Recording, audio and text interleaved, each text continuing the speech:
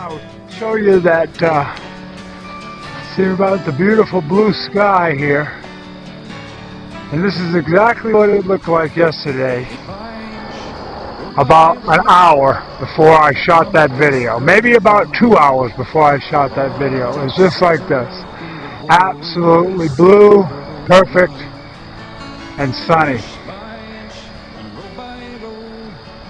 And it's 2 o'clock now, so I'm assuming that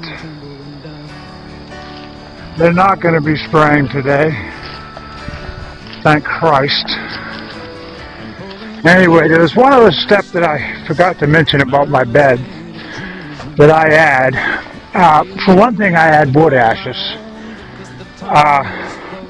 which I did once through this deal. And then those of you who have watched my earlier videos, you'll see that this is sort of my special product here. This is crushed eggshells that I save and crush them. And I add a liberal amount of these to things too. And that will give me like a time release nitrogen that this stuff will break down over time.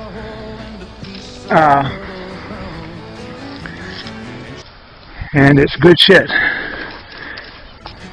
to go with the shit. But I just thought I would add that.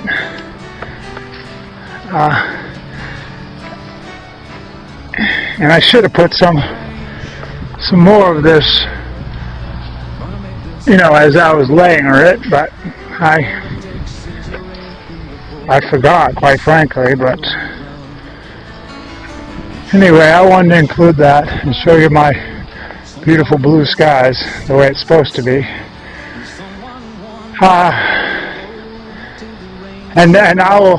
I've been burning wood in my pit over there for quite some time, so I got a lot of ashes.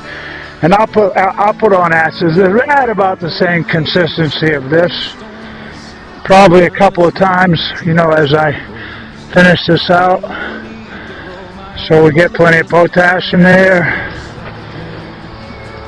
It all helps.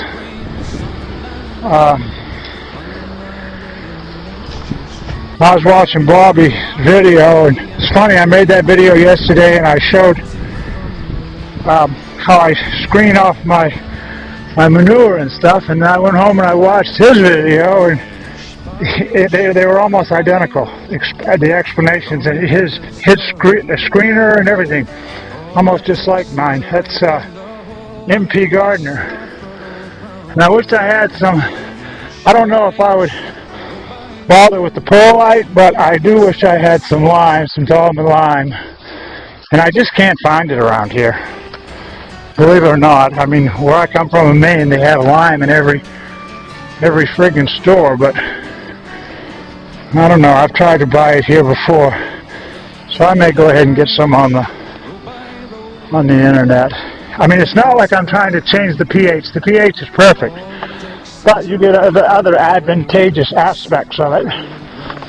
So I wouldn't use a lot anyway, but anyway, okay, so long. I'll show you all of my little birds, the ones that were born here, that you guys remember. They're all on the perch together, all 9 of them. And you can see how much they've grown.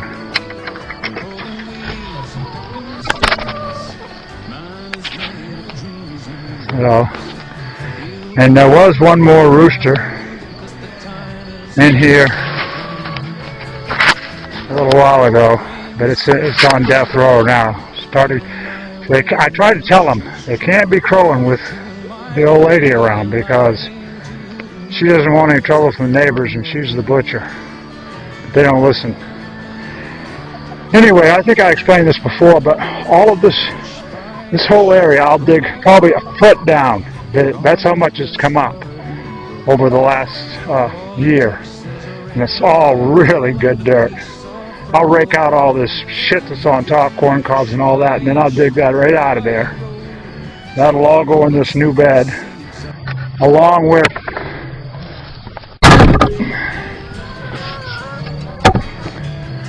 all of this stuff in here, which I've been holding off cleaning this out because I wanted to use it, but this is all, you know, sawdust, wood chips, and basically old. The majority of it's old chicken shit. So, and then I have here, I'll dig all this out. This is stuff I took out last spring and just piled here that's long since composted down.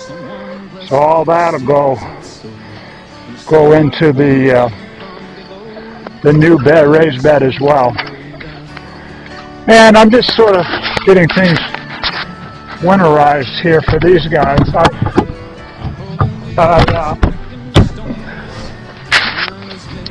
We'll take this all apart, put their windows back on, hook up the light.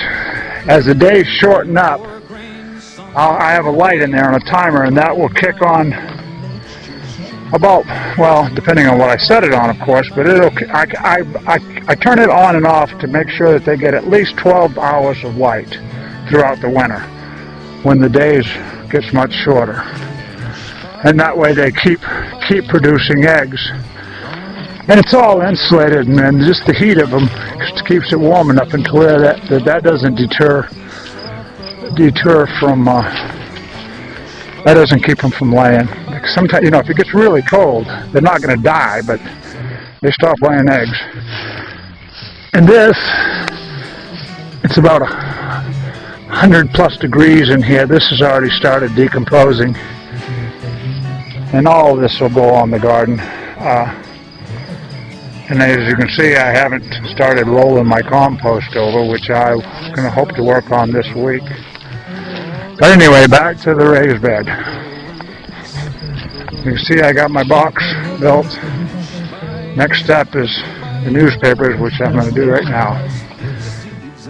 I wanted to show you, my girlfriend hit a big buck on the way to Rapid City Sunday. What kind of damage it did. This is the front. She was going about 65, she said.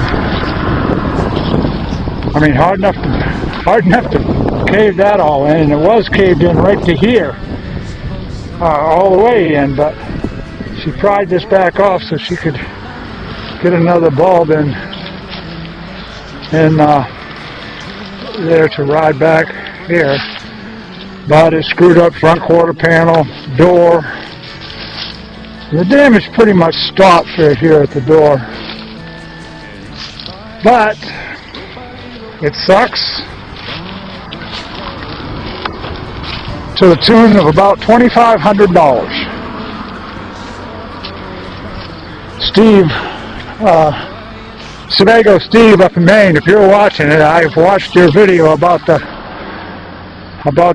you know, moose hunting and stuff, and I thought, well, one thing we had to be lucky, at least it was a deer, not a moose. If it had been a moose, she probably could have been dead, or the truck would have been totaled. For any of you who aren't familiar with moose, it's like hitting a full-grown steer. But anyway, I just thought I'd add that.